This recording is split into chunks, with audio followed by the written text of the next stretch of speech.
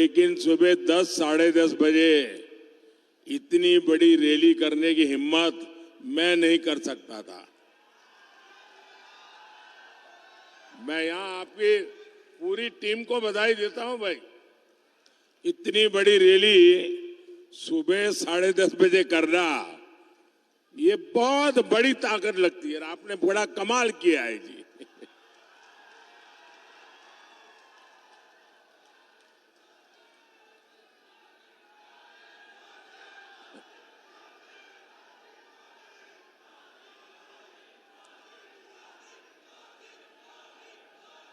ये धरती शहीद नीलांबर पीतांबर की धरती है। मैं इस धरती को प्रणाम करते हुए इतनी बड़ी रैली, इतनी बड़ी संख्या में माताएं बहनें,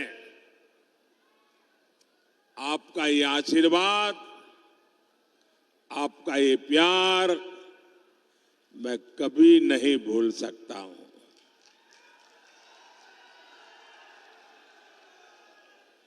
भाइयों और बहनों, आप सभी अपने एक वोट के महत्व को बहुत अच्छी तरह जानते हैं।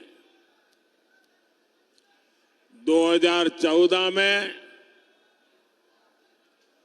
आपके एक वोट ने ऐसा काम किया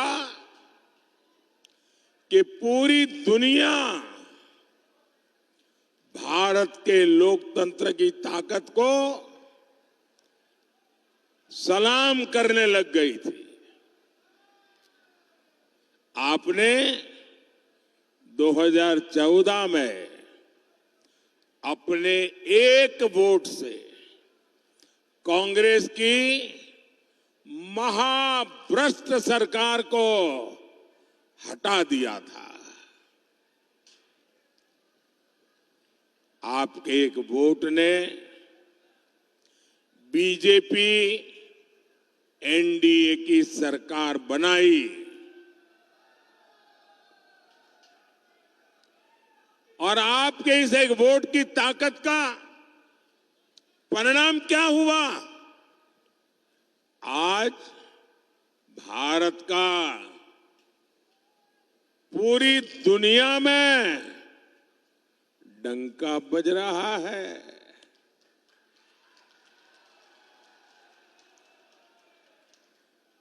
पांच सौ साल से हमारी कितनी ही पीढ़ियां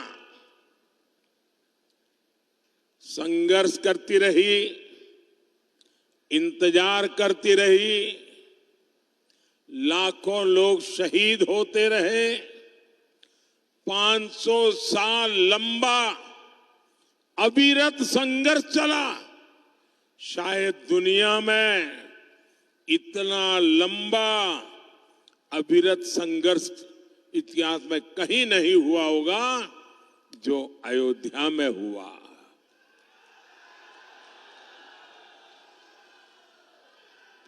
आपके वोट की ताकत देखिए, आपके वोट की ताकत देखिए। 500 साल तक लड़ाई लड़नी पड़ती थी, 500 साल तक इंतजार करना पड़ता था, 500 साल तक अनेक पीढ़ियां बीत गई, लेकिन जो काम नहीं हुआ वो आपके एक वोट से आज राम मंदिर बन गया।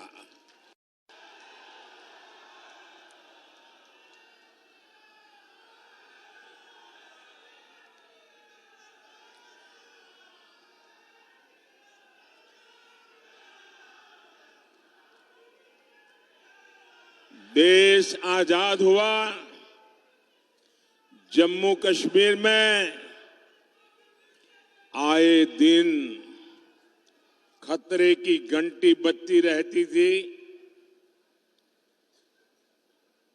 जम्मू कश्मीर का क्या होगा, चिंता रहती थी। बम धमाके, गोला बारूद कश्मीर से वही सुनाई देता था। आपके एक वोट की ताकत देखिए। आपने जम्मू कश्मीर देखा भी नहीं होगा, लेकिन आपके वोट की ताकत देखिए। जो 370 की दीवार थी, आपके इस वोट ने 370 की 370 की उस दीवार को जमीन दोस्त करके जमीन में गाड़ दिया।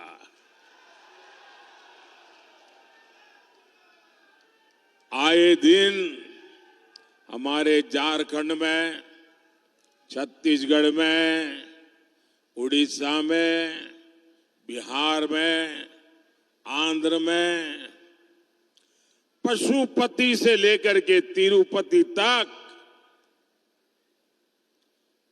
नक्सलवाद,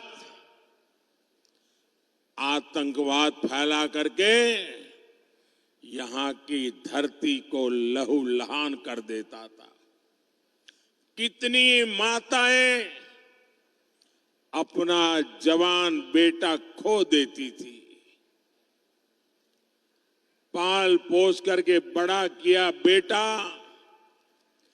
गलत संगत में आकर बंदूक उठाकर जंगलों में भाग जाता था।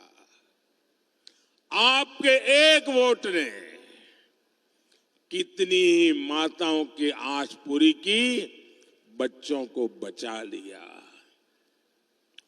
आपके एक वोट ने इस धरती को लहूलुहान करने वाले नक्सलवादी आतंकवाद से मुक्ति दिला दी। ये आपके एक वोट की ताकत है। साथियों, याद करिए कांग्रेस के समय क्या हाल था। यहां बम फूटते थे, आतंकवादी गोलियां चलाते थे, निर्दोषों को मौत के घाट उतारते थे, और दिल्ली की सरकार पाकिस्तान को लव लेटर भेजती थी। लव लेटर, अमन की आस लगाती थी, अमन की आस। पाकिस्तान जितने लेटर जाता थे उससे ज्यादा आतंकी भेजता था, और बम गोले लेकर वो देश में खून की होली खेलते थे। और जब आपने एक वोट दिया ना, उस वोट ने मुझ में इतना दम भर दिया, इतना दम भर दिया, मैंने आते ही कह दिया इनफ इज इनफ, बहुत हो चुका है, अब ये खेल नहीं चलेगा, मां भारती का अपमान नहीं सहूंगा, निर्दोषों को नहीं मारने दूंगा। आज नया भारत डोजियर नहीं भी देता, ये नया भारत है घर में घुसकर मारता है। सर्जिकल स्ट्राइक, एयर स्ट्राइक के तमाचे ने पाकिस्तान को हिलाकर रख दिया था। पहले एक समय ऐसा था, कोई महीना ऐसा नहीं जाता था कि जब झारखंड, बिहार के इस इलाके से देश की सेवा करते करते हमारे नौजवान सीमा पर शहीद न होते हो, कश्मीर में शहीद न होते हो, और तिरंगे में लिपट करके उनकी शरीर वापस न आते हो। ये हर महीने चलता था। आज वो सब बंद हो चुका है। ये आपके वोट ने किया है। एक वो स्थिति थी जब आतंकी हमले के बाद कांग्रेस की डरपोक सरकार दुनिया भर में जा जाकर रोती थी। ये स्थिति कि पाकिस्तान वो वक्त चला गया जब हम दुनिया में जाकर के रोते रहे। आज स्थिति ये है पाकिस्तान दुनिया भर में जा करके रो रहा है। बचाओ बचाओ चिल्ला रहा है। आज पाकिस्तान के नेता कांग्रेस के शहजादे को पीएम बनाने के लिए दुआ कर रहे हैं, लेकिन मजबूत भारत तो अब मजबूत सरकार ही चाहता है। ये दृश्य दिखाता है पूरा हिंदुस्तान में से हर कोई कहता है मजबूत भारत के लिए मजबूत सरकार के लिए मोदी सरकार। फिर एक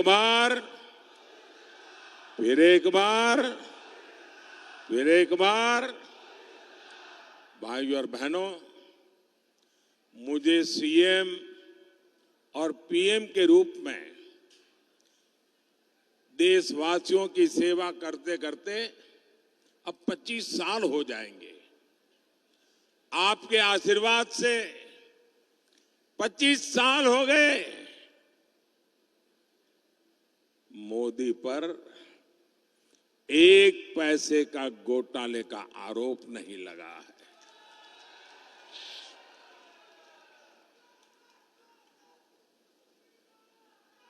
और मेरे लिए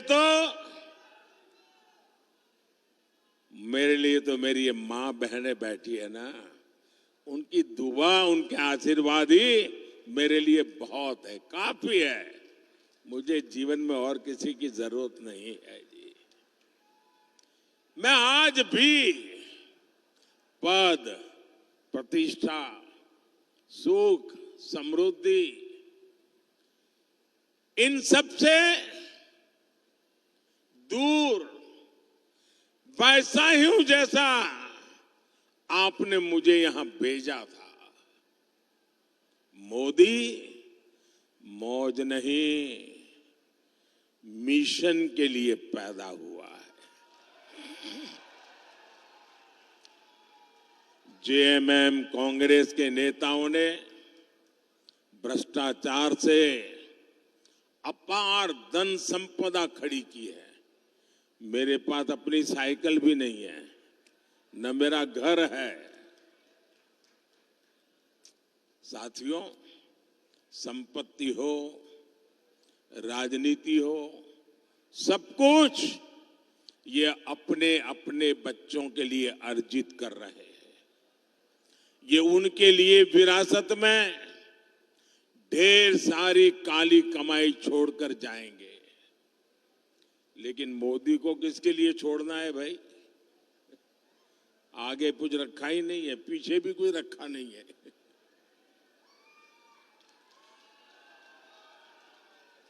मेरे वारिस तो आप सब ही है।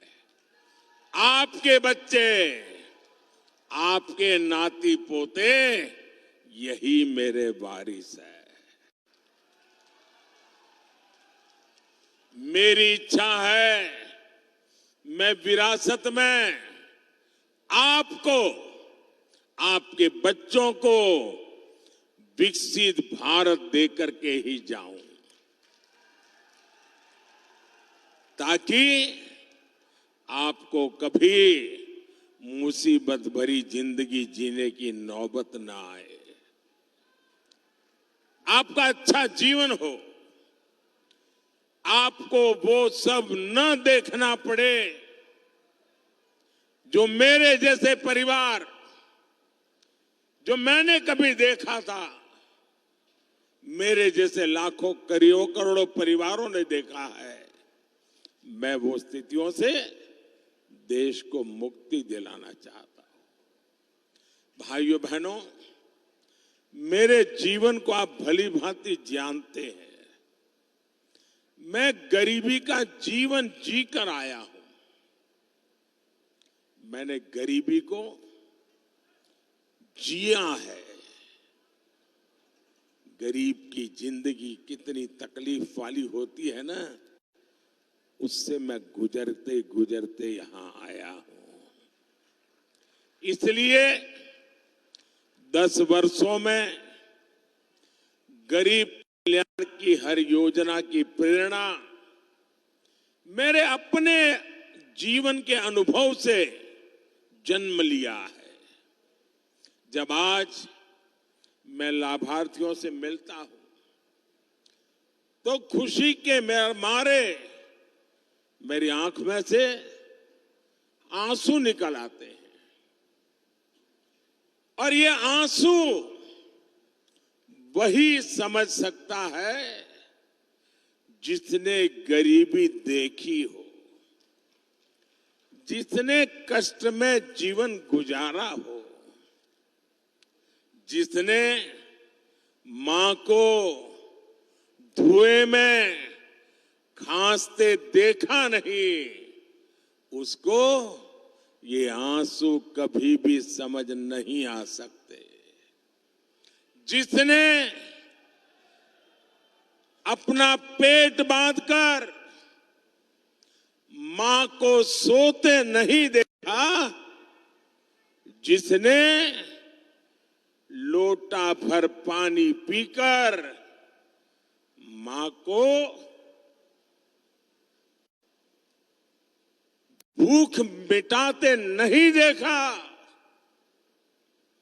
जिसने अपनी बीमारी को छिपाते नहीं देखा, शौचालय के अभाव में पीड़ा और अपमान सहती मां को नहीं देखा, वो मोदी के इन आंसुओं का मर्म नहीं समझेगा। लेकिन भाइयों और बहनों, ये कांग्रेस के साजिदे मोदी के आंसुओं में अपनी खुशी ढूंढ रहे हैं। कहते हैं मोदी के आंसू अच्छे लगते हैं।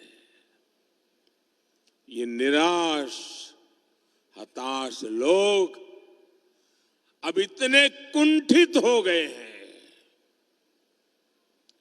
एक कहावत है, जाके जाके पांव न फटे बिवाई, जाके पांव न फटे बिवाई, सो क्या जाने पीर पराई। कांग्रेस के शाहजादे की हालत वही है। वो तो गर्व से कहते हैं कि उनके घर में कई प्रधानमंत्री थे, खुद चांदी के चम्मच से खाते रहे, गरीब की, दलित आदिवासी की झोपड़ी में फोटो खिंचवाते रहे, लेकिन गरीब के लिए कुछ नहीं किया। मोदी के 10 साल के सेवा काल में 25 करोड़ देशवासी गरीबी से बाहर निकले हैं। इसलिए वो आज भाजपा को आशीर्वाद दे रहे हैं। यही मेरे गरीब भाई बहन है, उन्हीं के आशीर्वाद, यही तो मेरी शक्ति है, यही तो मेरी पूंजी है। साथियों, कांग्रेस ने, उसके सहयोगियों ने पलामू को भी तो अपने हाल पर छोड़ दिया था। दिल्ली में बैठे इनके नेताओं को नक्शा दिखाकर पूछ लीजिए कि पलामू कहां है तो पता ही नहीं होगा। ऐसे ही जिलों में देश के सबसे ज्यादा दलित, आदिवासी, पिछड़े ये मेरे भाई बहन रहते हैं, लेकिन इसकी उन्हें परवाह ही नहीं थी। ऊपर से ऐसे जिलों को पिछड़ा जिला कहकर पलामू को अपमानित किया जाता था। ये तो बैकवर्ड डिस्ट्रिक्ट है, बैकवर्ड डिस्ट्रिक्ट, यानी कोई अच्छा अफसर यहां आने को तैयार नहीं। ये हाल बना के रखा। आपने मुझे 2014 में सेवा का मौका दिया। मैंने कहा ऐसे नहीं चलेगा। मैंने पिछड़ा सारी जो इन जिलों को उन्होंने बैकवर्ड करके बर्बाद करके रखा था ना, मैंने कहा ये आकांक्षी जिले हैं, यहाँ के लोगों के भी सपने हैं, यहाँ के लोगों की भी आकांक्षाएं हैं। मैं उससे मरने नहीं दूंगा, मैं उसमें नई जान भर दूंगा और मैं इन आकांक्षी जिलों को होनहार जिला बना करके रहूंगा। पहले अफसर ऐसे जिलों में आने से डरते थे। अफसरों को लगता था कि यहां पोस्टिंग मतलब मेरा पनिशमेंट पोस्टिंग हो गया, सजा देने के लिए मुझे तैनात किया जाता था। मैंने देश के सबसे अच्छे अफसरों को पलामू में लगाया। अब मेरे पलामू के लोगों की मेहनत देखिए। पलामू में आकांक्षी जिला कार्यक्रम से शुरू होने से पहले और अब आसमान जमीन का फर्क आ गया है। 100 में से सिर्फ 14 गरीब परिवार ऐसे थे जिनके पास पक्के घर थे। आंकड़ा याद रहेगा, 100 में से 14। आज पलामू में करीब करीब हर परिवार के पास पक्का घर हो रहा है। और मैं आपको भी कहता हूं, जब इस चुनाव अभियान में आप गांव-गांव जाएंगे ना, और गांव में कहीं भी कच्चा मकान दिखे, कोई परिवार को अजीब पक्का घर पहुंचा नहीं है, ऐसे एक दो लोग मिल सकते हैं, उनको नाम पता लेकर के मुझे भेज दीजिए।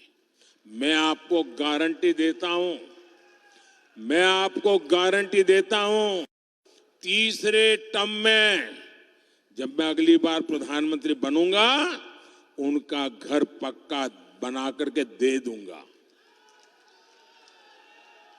और आप लोग भी मुझे जानते हो नहीं जानते हो, आप मान लीजिए मेरे लिए आप ही मोदी हैं, जाके गारंटी दे देना।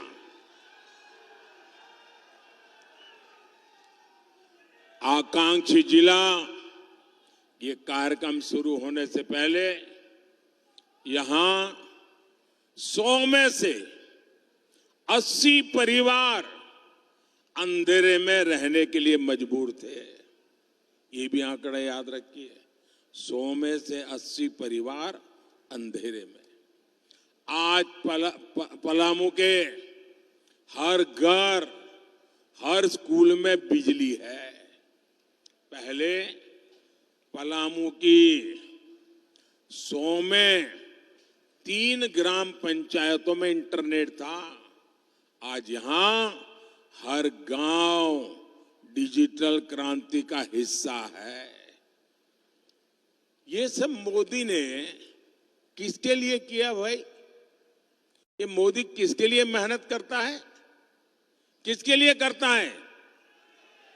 किसके लिए करता है? ये मुझे संतोष हो रहा है कि मैं आपकी इस प्रकार से सेवा कर रहा हूं। ये मैं आपके बच्चों के लिए कर रहा हूं, मैं ये आपके उज्जवल भविष्य के लिए कर रहा हूं। और भाइयों बहनों, आज मैं पलामू को बधाई देने के साथ ही आपको सतर्क करने भी आया हूं। मोदी यहां रोजगार बढ़ाना चाहता है, मोदी आपके जीवन में खुशहाली लाना चाहता है, लेकिन कांग्रेस वालों की नजर आपकी जायदाद पर पड़ गई है। कांग्रेस हो या जेएमएम हो, उनको और कुछ नजर ही नहीं आता है। और ये कांग्रेस ने अभी अपना मैनिफेस्टो निकाला है और बेईमानी देखिए, वो कह रहे हैं कि वो आपका एक्सरे करेंगे। एक्सरे, कितनी जमीन है, घर कहाँ है, कितने कमरे हैं, घर में सोना है कि नहीं है, चांदी है कि नहीं है, मंगलसूत्र है कि नहीं है, जांच कराएंगे और फिर उसमें से कुछ हिस्सा आपसे छीन लेंगे और आपसे वो लेकर के अपनी वोट बैंक को देना चाहते हैं। क्या आप आपकी पूंजी छीनने देंगे? किसी भी सरकार को आपकी पूंजी लेने देंगे?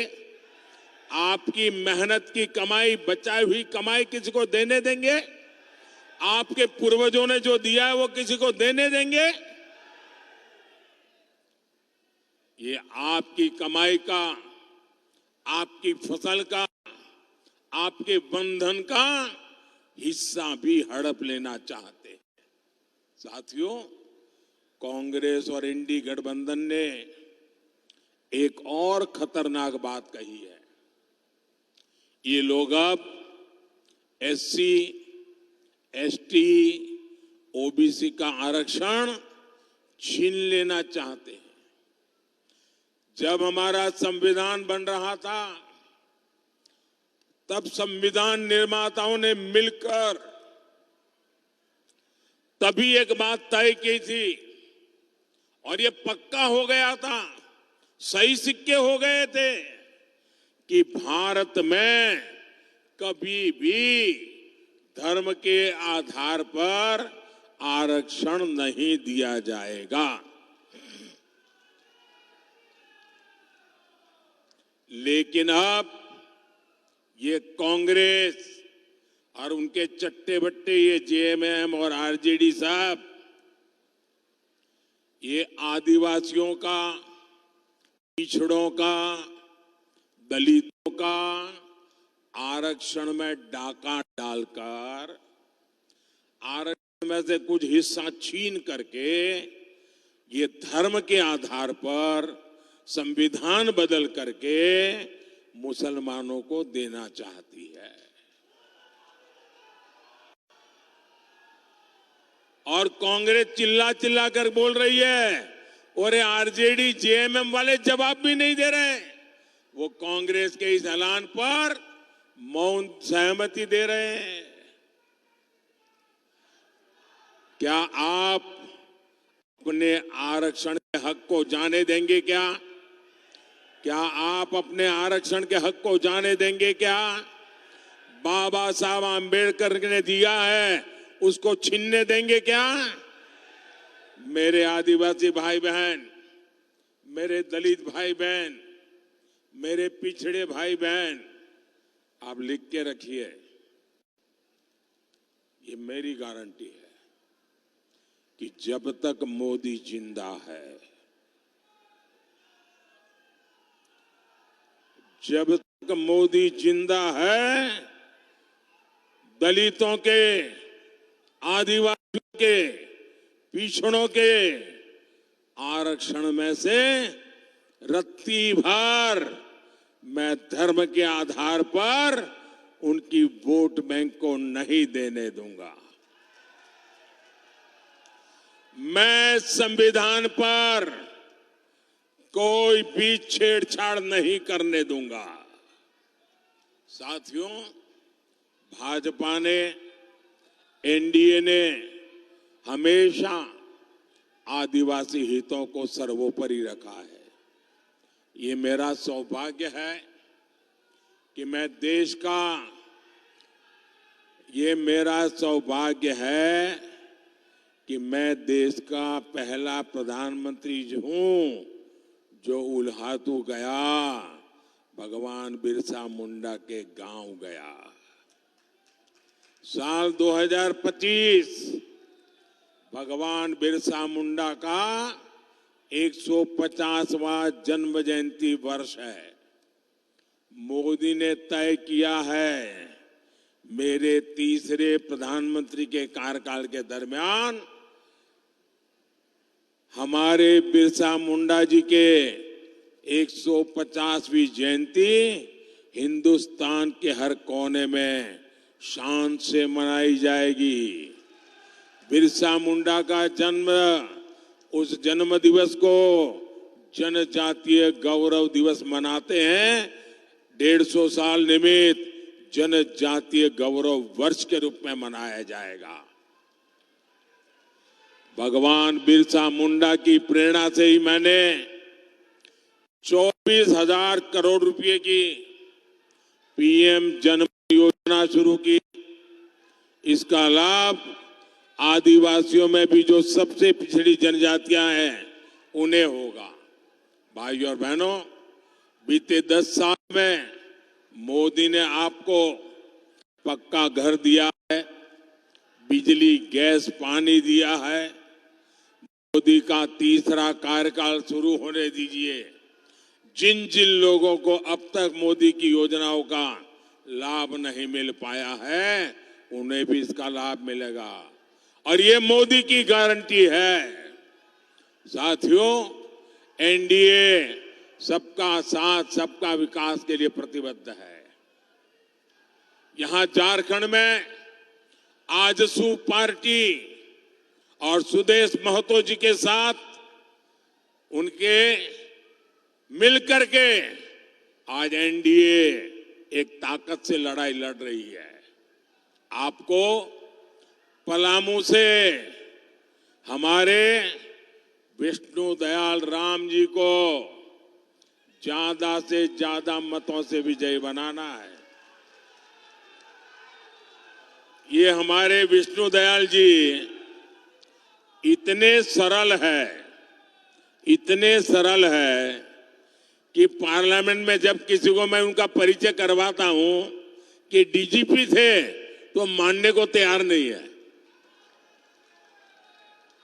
एकदम सरल, जमीन पर रह करके सुख दुख के साथी ऐसे आपके उम्मीदवार हैं। देश को ऐसे लोगों की जरूरत है। 13 मई को आपको अपना बूथ जीतना है। जीतेंगे? पोलिंग बूथ जीतेंगे? मुझे चुनाव तो जीतना है, पोलिंग बूथ भी जीतना है। आप घर घर जाएंगे? जरा दोनों हाथ ऊपर करके बताएं, घर घर जाएंगे, मतदाताओं को मिलेंगे,